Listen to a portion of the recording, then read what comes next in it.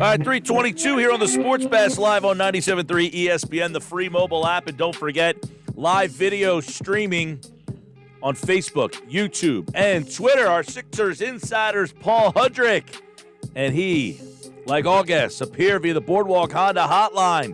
Sixers and Hawks, Game 4 tonight. The coverage starts at 7. Tom McGinnis has the call at 7:30, but my anticipation is the tip-off will be around 7:48. That's just a guess. Paul Hudrick's with me. We got a lot to get into here. Game 3, look back, but there was an injury in that game, Paul, and I guess the big question will be, I know Doc says he knows who it is. He's not telling you. What is your guess on who will fill out the starting lineup tonight?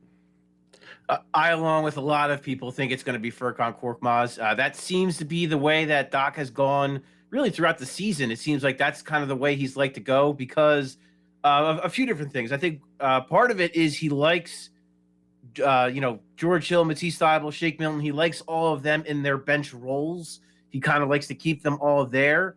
And then the obvious is the shooting. And, Ben Simmons and Furkan Korkmaz lineups, when they're together, have been really good this year. With Korkmaz's ability to shoot and get hot, it's been huge for their spacing, and I think that might help them. And when you look, Mike, defensively at what it would look like against a team like the Hawks, Korkmaz will be okay. I would be much more concerned if it was, say, the Brooklyn Nets or the Milwaukee Bucks. But against the Hawks, I think Korkmaz will be okay. So, to me, everything leads to it being Korkmaz, but Doc has fooled us before, so we'll see. So what did the Sixers do with Green?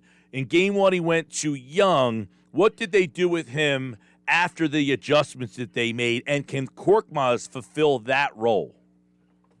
Yeah, I mean, that's so, I would anticipate the Hawks possibly starting Kevin Huerter in this one. I feel like that's like the move that's I've been hinting at, and it seems like it's almost inevitable. With DeAndre Hunter out, they went to Solomon Hill. They used Tony Snell at times, but to me, Herter's got to be the guy that's got to play big minutes. And when you actually watch Game 3, Korkmaz held up really well against Kevin Huerter. He actually also got Kevin Huerter in foul trouble. So that's, to me, that with Korkmaz, that's always my concern is on the defensive end. To his credit, he has become much better, much more focused on that end. He knows his limitations, and he does a really good job of getting in better position because of those limitations, kind of anticipating where guys are going to go. So I think, I imagine, that's the same role he's going to fill with Danny Green. It's going to be, with the second unit, sometimes Korkmaz, will handle the ball, run some pick and roll, what have you. But I imagine it's going to be more like Danny, where it's going to be movement off the ball, finding the open spots, finding that spacing so that, Joel, Tobias Harris, Ben Simmons, they can all operate. And it's Furkan's job to just have his hands ready and be ready to fire. The other option, I guess, would be Matisse, right? And obviously there's a lot of fans who prefer Matisse because of the defense, and some people just don't like Korkmaz. But Doc likes bringing him off the bench, and it seems like he only likes him in 17 to 20-minute spurts. So that's why you don't think they'll go with him in the lineup? Well, and it's too, Mike, it's not – I think we're all guilty of it. Sometimes we all focus on too much on who starts games and not enough on who finishes games. So, yes, Furkan Korkmaz might play the first, 6-7 minutes of the game tonight, but that doesn't mean he's going to play the last 6-7 minutes of the game tonight, and that's what's more important. So that's where you might see Matisse Thybulle, when they really need to get stops on Trae Young down the stretch, or Bogdanovich or whoever he winds up guarding. That's probably most likely where you'll see Thybulle in that stretch. I think Doc, when you're looking at the way to get off to a fast start, I think it could start, Korkmaz is the kind of guy who is lightning in a bottle. We saw in Game 3 alone, he comes off the bench, boom, scores 11, 13 points in a really quick burst and really kind of changed the tide of the game. If you remember that Toronto game on the road where he scored 11 points in the first quarter again, and then the Sixers just kind of led and coasted the rest of the way. I think that's where it stems from. I think he thinks that if they can capitalize, if Korkmaz comes in and is hot right off the bat, right, that can get them off to a good start. And then you kind of almost use Matisse as your closer to really shut the door and not allow Atlanta to get back in the game. Yeah, that's a good point. And I mentioned that earlier is, it seems that, whoever they start doesn't necessarily mean, and I think if they have lead late in the game, they're going to probably stick with that defensive-minded. Paul, Game 3, it seemed that the Sixers really took some of the heart away from Atlanta. Atlanta did not shoot the ball well, only 6 threes in the game. What was the big adjustment that the Sixers made in Game 3 to really change the feel, I feel like, of this series? I really think it was just more of the same from Game 2. Honestly, I think that they just now it's the one thing I think the Hawks had in their obviously that first half of Game 1, the Hawks came out, punched them in the mouth. The Sixers didn't have an answer for Trae Young. But then in Game 2, I felt like the only advantage the Hawks really had was in that first half, 32-0 bench points. Now, all of a sudden, since that game, the Sixers are getting contributions from their bench. So now, if you're the Hawks, it's kind of where are your answers? The Sixers have found a solution to at least slowing down Trae Young a little bit, whether it's Ben Simmons or Matisse Thybulle and the way they play team defense to really contain him a little bit. As you mentioned, Mike, they hit 23s in Game 1. They only hit 6 in Game 3. And I think, we talked to Matisse Thybulle yesterday, and it was, he was asked, is that a point of emphasis? He's like, yeah, it is. But at the same time, it's just because we're playing better. We're playing better defense. And a byproduct of that is they're not getting those open looks because we're rotating better. We're helping better. We're being more disciplined. And I think, I just think what's happening, Mike, is that the Sixers are a better team. Flat out. There's a reason why they were the 1, the Hawks are the 4. That's the reality of the situation. Is the Sixers are the better team. And I think that's all we've seen play out. I think the Sixers have really just asserted their will. Of course, the third quarter, when the Sixers really, stepped on their necks, the Hawks kind of thought maybe they had something, slowing down Joel Embiid by doubling him, paying more attention to Tobias Harris. They do all that, and then Ben Simmons kills them. So I think that's the thing, is that the Hawks are going to keep trying to make adjustments, but I just don't think they have any adjustment that the Sixers don't have a counter for. Hey, Ben Simmons, speaking of him, I thought one of the big things was, too, they made the adjustment in Game 2 to put him on Trae, and that's helped out, and obviously it carried over to Game 3. But offensively, they went with him in the painted post area a little bit more. And we talk about they don't have an answer for Joel Embiid there. They certainly don't have an answer for Ben Simmons if they're going to feature him in that spot. Well, yeah, look up and down the Hawks roster, and to me, this is the biggest area where they're missing a guy like a DeAndre Hunter, who is, I think he's like 6'8" and has a 7'2" wingspan. That's the kind of guy you want guarding Ben Simmons. Would he be stopping Ben Simmons? I don't know that. I don't know how that would look, but I'm very sure that he would offer a lot better of a matchup than John Collins, who quite frankly just doesn't have the lateral quickness or the defensive acuity in general to hang with him. Danilo Gallinari is just way too slow. Ben can blow by him whenever he wants. Anyone else is just going to be too small, whether it's Bogdanovich, whether it's Herter, whomever, Solomon Hill, name a guy. They're all too small. So, yeah, I think that's the biggest thing is with the Sixers and what they've done really all season long, what they've done well and what they've done well in the series is they find matchups, they find mismatches, and they exploit them. So, okay, Hawks, you want to double team Joel Embiid? You want to pay more attention to Tobias Harris? Okay, Ben Simmons, here's the ball on the post. Go to work. And I do think that Ben Simmons just has a confidence about him when he's doing that.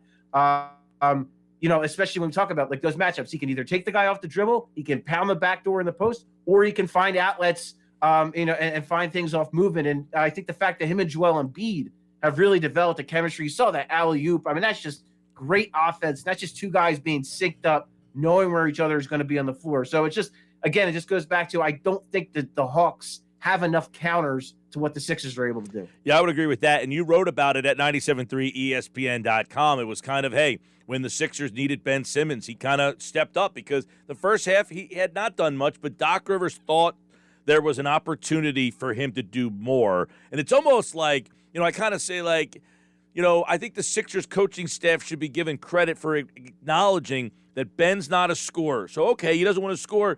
We don't want to ask you to score. But if we do need you to score and I ask you to, I need you to turn it on. It was almost like he hit the button. We need you to score. And Ben said, you need me to score? You asked me to score? All right, I'll give you more. Right. And I think this is one of those things where we forget about Ben Simmons' age at 24 years old and, still very young in his NBA career.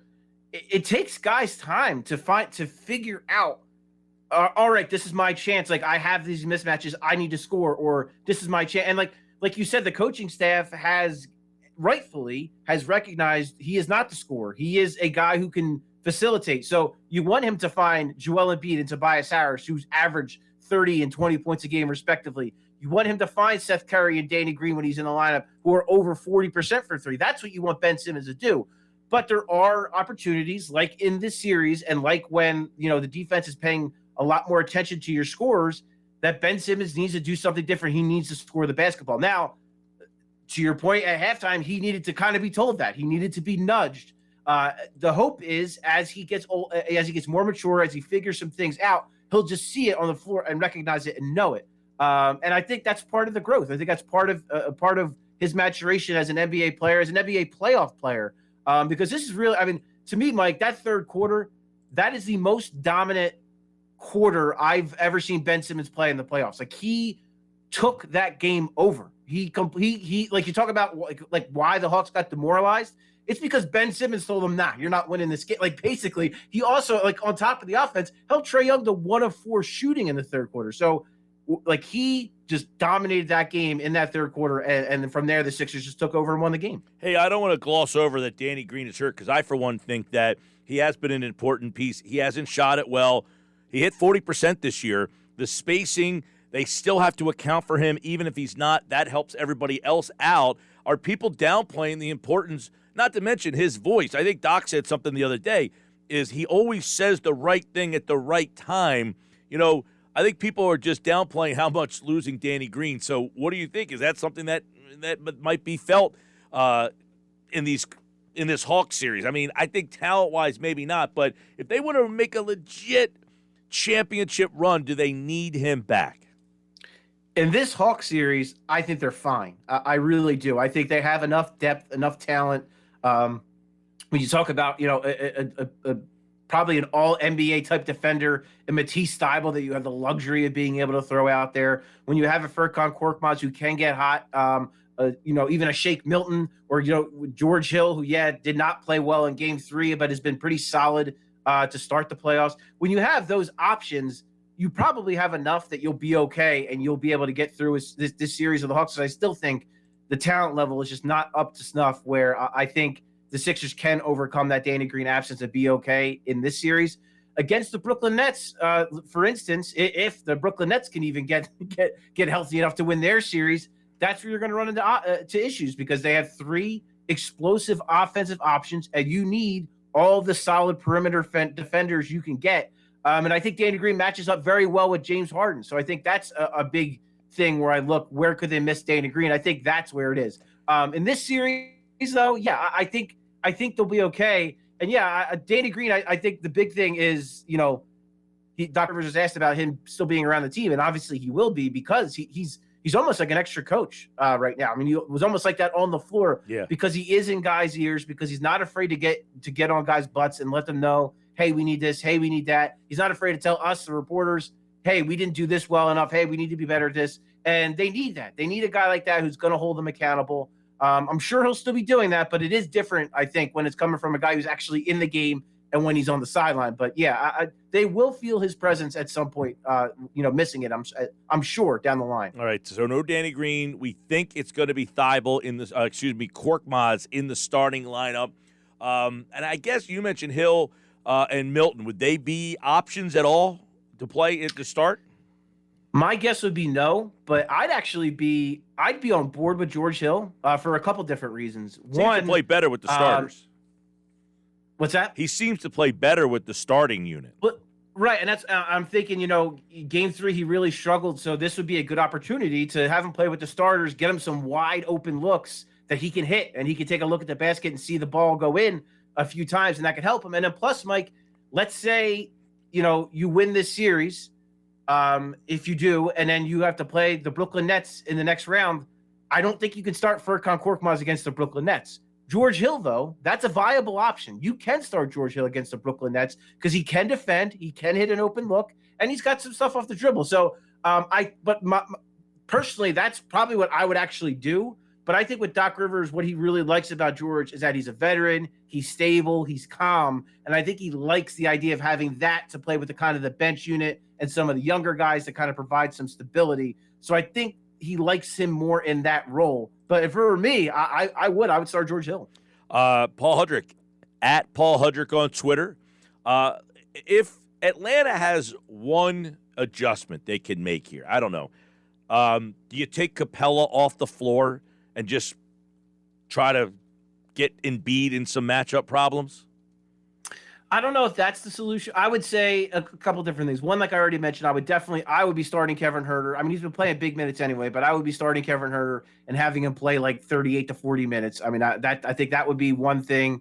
And then to your point, I would go small, but I would go small with the bench unit. I would force Doc Rivers to either have to play I would play John Collins at the 5 when Capella's off the floor, and I would either force Doc Rivers to have to go back to Joel Embiid or play Ben Simmons at the 5. Now, I don't know how big of an advantage that honestly is for the Hawks to have John Collins and having to contain Ben Simmons as a 5 and them becoming smaller. I don't know if that necessarily helps the Hawks. So, but those are the two adjustments I think are worth making. And then I don't know. To me, do you let Joel? I heard Barkley bring up this point. I don't know if I 100% agree with it, but like, do you let Joel Embiid just go off and not double him, and not let the rest of the team, keep the rest of the team down, kind of let Joel Embiid do his thing and focus on everyone else? Maybe you go back to that strategy because, I mean, it worked in one game, kind of, or one half, I guess you would say. Yeah. But I don't know. It's tough because you're talking about a guy in Joel Embiid who's an MVP candidate. And if I were a coach, I would be doubling him on every single touch. But if you're getting to that desperate point where you really feel like you need to change something, that could be another thing too. Well, and he also has to kind of back up the fact that he said Embiid would be irrelevant in this series. Yeah. Well, let's do. I love Charles Barkley, but that's. I mean, the guy scores 40. Well, he scored 40, 39, and what he scored last game, 20 something, and they have figured out ways to win with him. I think he's obviously. It's interesting though because we now know that the Nets. That series is 2-2. That one looks like it could be a drag-out type of situation. It's going to at least go 6 games. If the Sixers can get this thing over, there's got to be a little different feel all of a sudden, right? Although 100%. I said before, as much as everybody thought Brooklyn, I almost think the Sixers match up better with Brooklyn. In a weird way, I get what you mean, because I think the issue with the Bucks is they have 3 no one's stopping Joel Embiid, but Brook Lopez is a better option than anybody the Nets have. Facts. And then you look down the line, Tobias would probably have to face either Drew Holiday or Middleton. Neither of those are great matchups. And Ben Simmons would get Giannis, which is a terrible matchup for Ben. Yeah. So I mean, from that perspective, a little bit, I do think so. And with the Nets right now, it's just they're just the walking wounded right now. I mean, you have that hamstring for Harden.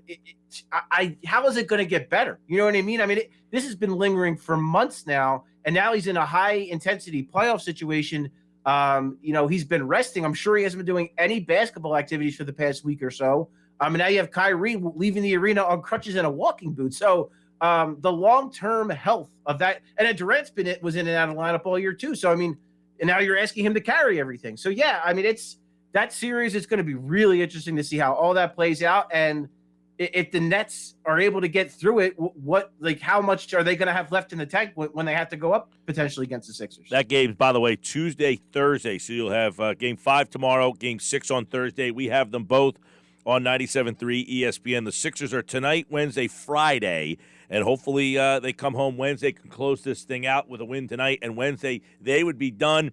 And, of course, the Bucks and the Nets. I mean, at Game 7, you'd be going into the weekend. And that would give the Sixers some little extra time to get ready for that series. But, yeah, in a weird way, I almost think I'd rather play the Nets if I know that sounds bizarre to say. But you just mentioned the Giannis Simmons. I think that kind of takes a little bit of what Simmons brings to the table. I mean, I guess the Nets could try to go with Durant on him, but does that take away from Durant on the offensive end? Right, and Durant's not. Yeah, I mean, and Durant he's probably a little bit of an underrated defender, but he's not Giannis. So that would be a different kind of matchup. Yeah. Yep. So that's what we got in the game tonight, and of course you can hear the action right here on 97.3 ESPN at Paul Hudrick. Give him a follow, and of course check out all his Sixers coverage at 97.3ESPN.com. All right, Paul.